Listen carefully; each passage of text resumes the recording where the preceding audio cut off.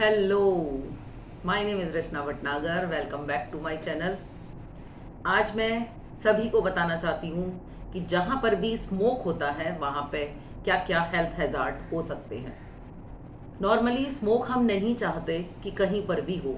जहाँ पर धुआं होता है वहाँ से हम भागना चाहते हैं, हटना चाहते हैं, पर कभी कभी इंटेंशनली भी हम धुआं प्रोड्यूस करते हैं। आप समझ सकते हैं कि मैं कहाँ की बात कर रही हूँ। तो आज मैं आपको बताऊंगी सबसे पहले कि कंबस्शन क्या होता है और वो कितने टाइप का होता है। कंबस्शन यानी किसी भी कंबस्टेबल मटेरियल को बर्न करना, जलाना। जब भी आप किसी कंबस्टेबल मटेरियल को बर्न करते हैं तो उसके लिए ऑक्सीजन की नीड होती है। अगर एक फ्यूल को ऑक्सीजन की सप्लाई प्रॉपर मिल रही है तो हम उसे कहते हैं कंप्लीट कंबस्शन। और अगर इनकम्प्लीट कंबस्शन है, इसका मतलब ऑक्सीजन की सप्लाई फ्यूल को कम मिल रही है।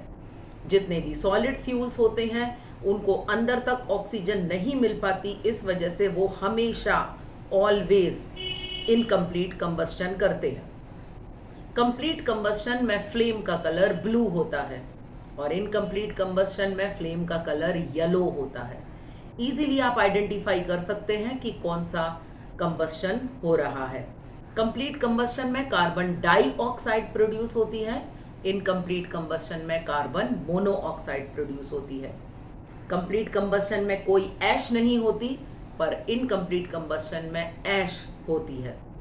और नॉर्मली जो गैसेस प्रोड्यूस होती हैं कंप्लीट कंबस्शन में वो है carbon dioxide and water vapour, और जो इनकम्प्लीट कंबस्शन है उसमें carbon monoxide and water vapour.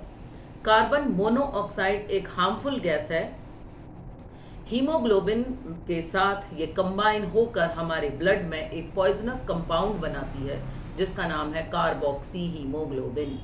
Carboxy haemoglobin एक ऐसा पॉइजनस कंपाउंड है, जैसे जैसे आप धुआं स्मेल करेंगे, स्मोक को इनहेल करेंगे, ये आपके लंग्स में एल्वियोलाई के साथ जो कैपिलरीज हैं उनमें ब्लड के साथ कंबाइन होता जाएगा और पूरे बॉडी में सर्कुलेट होने लग जाएगा, जिसकी वजह से सारी ही सेल्स को ऑक्सीजन की सप्लाई कम होने लगेगी और आपका बॉडी एनारोबिक रेस्पिरेशन करने लगेगा।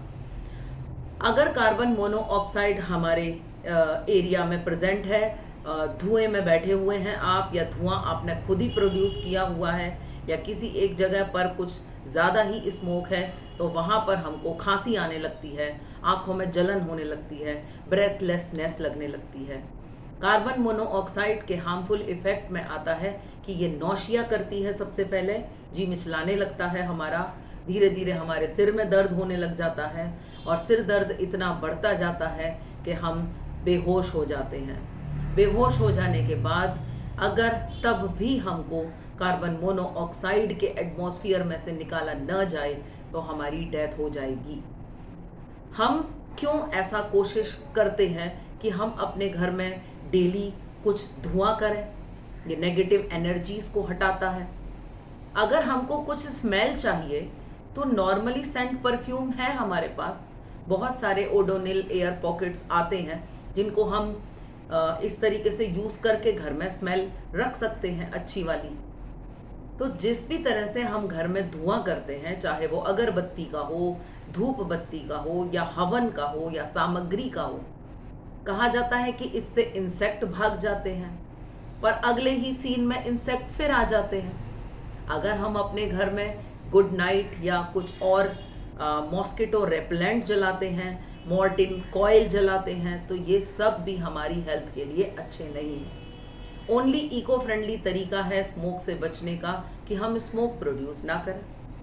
तो प्लीज़ मेरी बात पे ध्यान दीजिए, आप अपने इनकम्प्लीट कंबस्शन को रेगुलेट करिए, कंट्रोल करिए। 4 अगरबत्ती मत जलाओ, एक ही जला लो। अगर इसके अलावा और कई तरीके से हमारे घर में फ्यूल यूज़ होते हैं, लकड़ी या कोयला या डंग केक्स, तो वो तो और भी ज़्यादा हार्मफुल है। एक ज़माने ट्रेडिशनल चूल्हे में खाना बनाया जाता था और औरतों को रेस्पिरेटरी प्रॉब्लम परमानेंट हो जाती थी क्योंकि वो चूल्हा जलाती थी, अंगीठी जलाती थी। हालांकि उस खाने को जेंट्स बड़ा पसंद करते थे, बाकी लोग भी बड़ा पसंद करते थे, कि भाई स्मोकी फ्लेवर है, स्मोक है तो स्मोकी फ्लेवर अच्छी लगती है, सौंधापन होता है खाने में। पर जो खाना बना रहा है उसकी हेल्थ, और घर की गृहिणी जो हर किसी के लिए खाना बना रही है उसकी हेल्थ का ध्यान रखना हमारी फर्स्ट प्रायोरिटी होना चाहिए, क्योंकि वो ही घर को मैनेज कर रही है, वो होम मिनिस्टर है, होम मेकर है।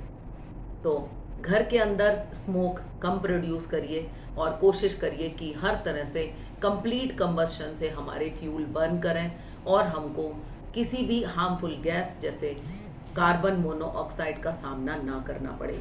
एक गैस और है जो फॉसिल फ्यूल्स में होती है, वो है सल्फर डाइऑक्साइड। कभी कभी कुछ फ्यूल बर्न करते हैं तो सल्फर डाइऑक्साइड प्रोड्यूस होती है, ये सफोकेटिंग गैस होती है, प्लस ये हमारे सोर थ्रोट यानी गले में खराश प्रोड्यूस करती है।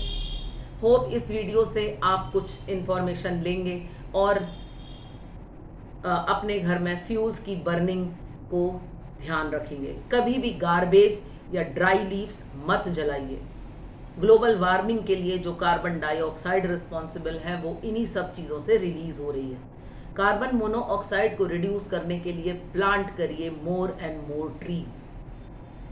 Thank for watching.